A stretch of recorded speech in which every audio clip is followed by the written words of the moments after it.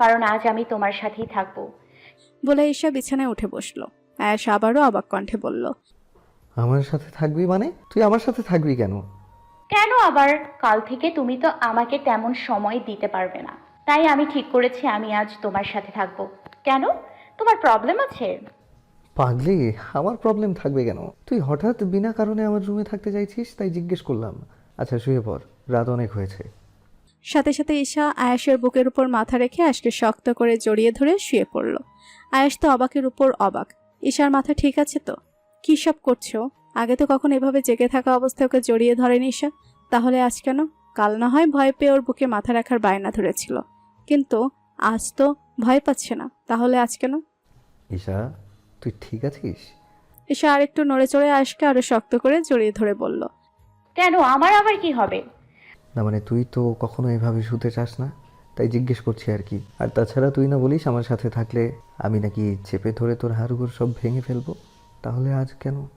আরে সেটা তো এমনিই বলি, মুভিতে দেখো না নায়িকারা নায়কদের বুকের উপর মাথা রেখে ঘুমায়। আর তাছাড়া আমি ফেসবুকে গল্প পড়ার সময় দেখেছি, সেখানেও নায়িকারা নায়কদের বুকের উপর মাথা রেখে ঘুমায়। ইনফ্যাক্ট নায়করা নিজেই ওদের বুকে মাথা রেখে শুতে বলে।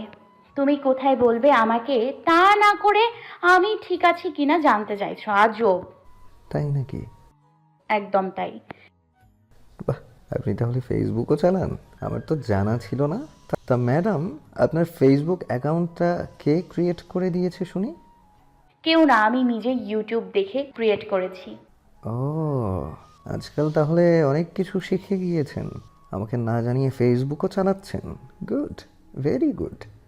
আয়েশের কথা শুনে ঈশার কেন যেন মনে হলো আয়েশের ফেসবুক চালানোর কথা শুনে একটু হলেও রাগ করেছে। তাই ঈশা আয়েশের বুক থেকে মুখ তুলে বাবু বাবু ফেস করে তাকালো আয়েশের মুখের দিকে। বাচ্চামো কণ্ঠে বলল, প্লিজ তুমি রাগ করো না আমার উপর।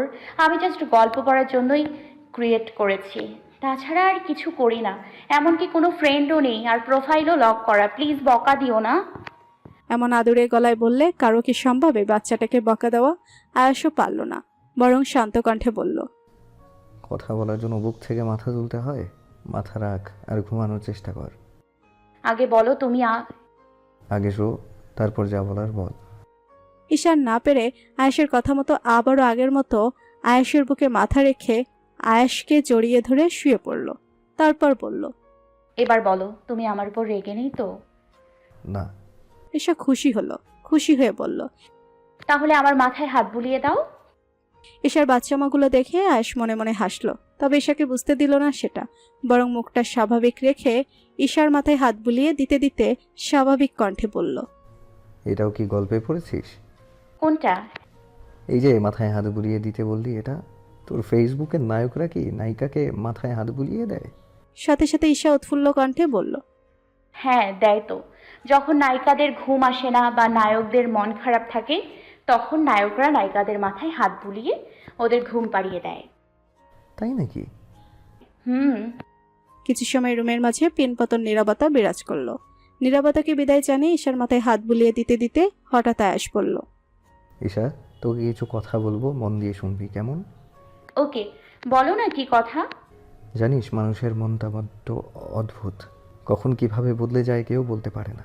তুই ফেসবুক ইউজ করিস, ভালো কথা, আমি নিষেধ করছি না, কারণ তুই এখন যথেষ্ট ম্যাচিওর্ড হয়েছিস, বুঝতে শিখেছিস সব কিছু। আই মিন ফেসবুক ইউজ করার মতো বয়স তোর হয়েছে।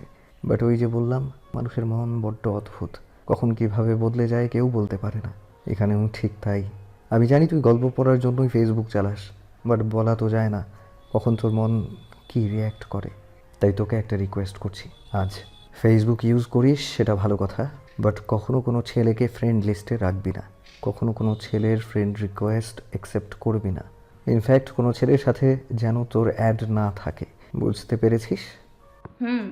শুধু মুখে হুম বললে হবে না, কাজেও করতে হবে। আজ রিকোয়েস্ট করছি, বাট কখনো যদি কোনো ছেলেকে মিউচুয়াল ফ্রেন্ড হিসেবে দেখতে পাই তাহলে কিন্তু খবর আছে। তখন আর রিকোয়েস্ট চলবে না, সোজা মাইর চলবে, মনে থাকবে?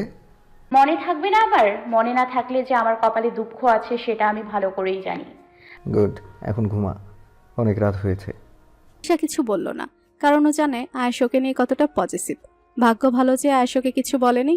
ও তো এটা ভেবে ভয় পেয়েছিল যে আয়াস ওর ফেসবুক চালানোর কথা শুনলে না আবার রেগে যায়, কিন্তু ও যেমনটা ভেবেছিল তেমন কিছুই হয়নি। আয়েশ ওকে কিছু বলেনি, বরং বুঝিয়ে বলেছে। তাই ঈশা অনেক খুশি। ঈশা আয়েশকে আরো একটু শক্ত করে জড়িয়ে ধরে চোখ জোড়া বন্ধ করে নিল। আয়েশ মুচকি হাসলো।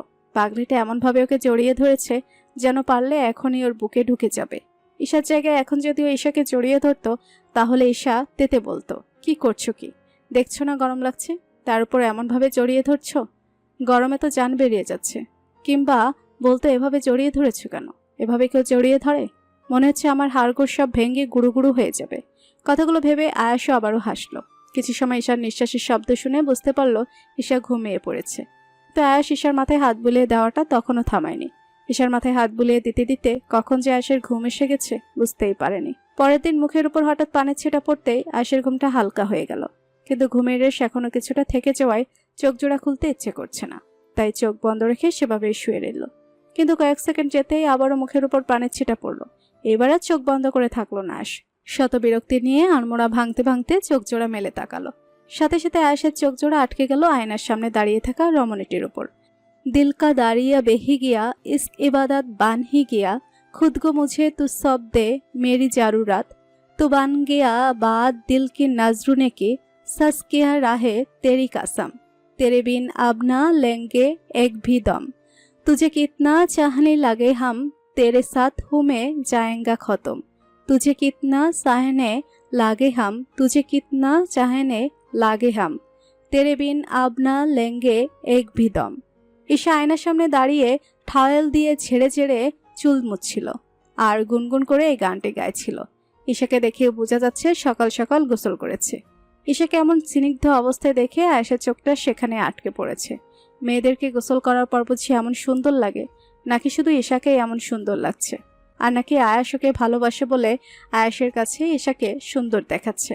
আয়েশ ঘোর লাগা চোখে এক দৃষ্টিতে তাকিয়ে রইল ঈশার দিকে।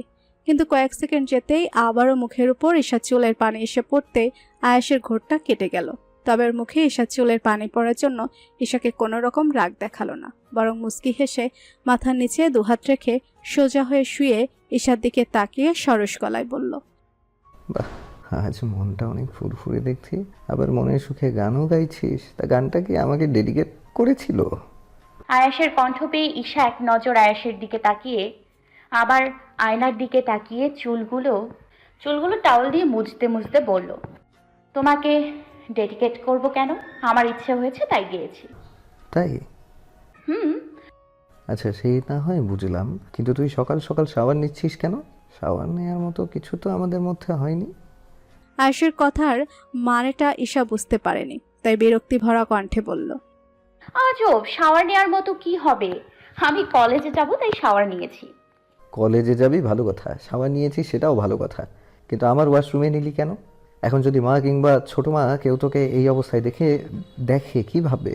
তোর যদি শাওয়ার নিতেই হয় তাহলে তোর ওয়াশরুমে নিতিস, আমার রুমে নিয়েছিস কেন? এখন যদি ছোটো মা আমাকে প্রশ্ন করে আমি কি বলবো? আশ্চর্য, এখানে কেউ কিছু ভাববে কেন? আর এখানে কিছু ভাবার মতোই বা কি হয়েছে? আমি কি আজ প্রথম সকালবেলা শাওয়ার নিয়েছি?